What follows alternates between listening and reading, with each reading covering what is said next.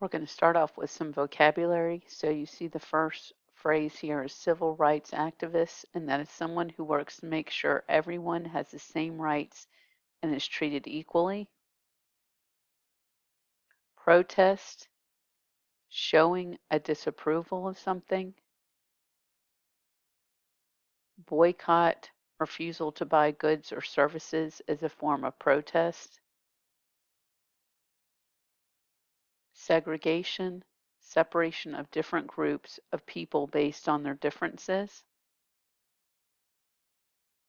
March, an organized walk along public roads to protest something. Discrimination, the unjust treatment of people based on their differences. Poverty, being extremely poor. And equality is when things are equal, right, and fair for all groups of people. Dr. Martin Luther King Jr. Who was Dr. Martin Luther King Jr.? Dr. Martin Luther King Jr. was a preacher, a public speaker, and a civil rights activist.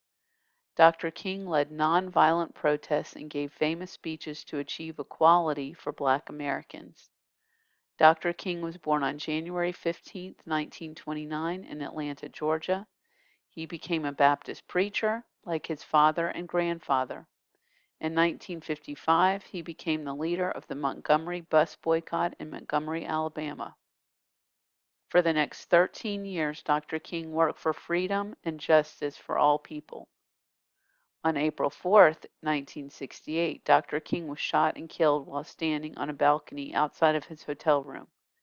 The day before, he had given what he planned to be his last speech. The man who shot Dr. King was arrested and sent to prison. Dr. King's early life. Dr. King was born in Atlanta, Georgia as Michael King Jr. He was the middle child of Michael King Sr. and Alberta Williams King. Both his father and grandfather were Baptist ministers. Dr. King wanted to be one too.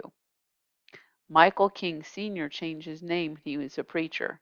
He changed it to Martin Luther King.